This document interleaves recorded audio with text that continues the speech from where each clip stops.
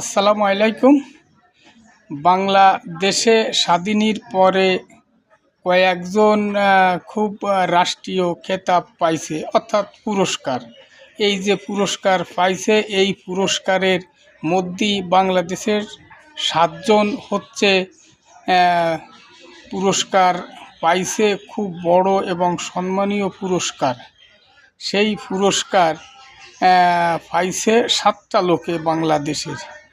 আর আরও মেলাগুলো পাইছে, তার মধ্যে 68 জন পাইছে বীর উত্তম যে খেতাবটা, এই খেতাবটা পাইছে 68 জনে। এই রকমের কয়েকজন বড় বড় পুরস্কার পাইছে বাংলাদেশে।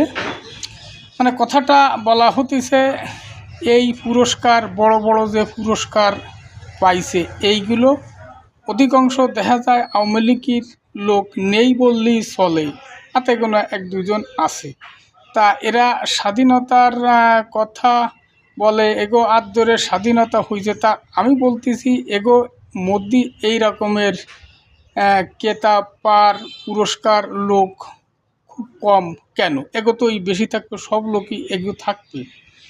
তা এই যে কথাটা, এই কথাটা আমি বলি নেই, ডক্টর কামাল হোসেন বলেছি। কথাটায় যুক্তি আছে কি না আপনারা মিলিয়ে দেখবেন। কথাটা বুঝতে হবে, রাগ করা যাবে না। আল্লাহ হাফেজ।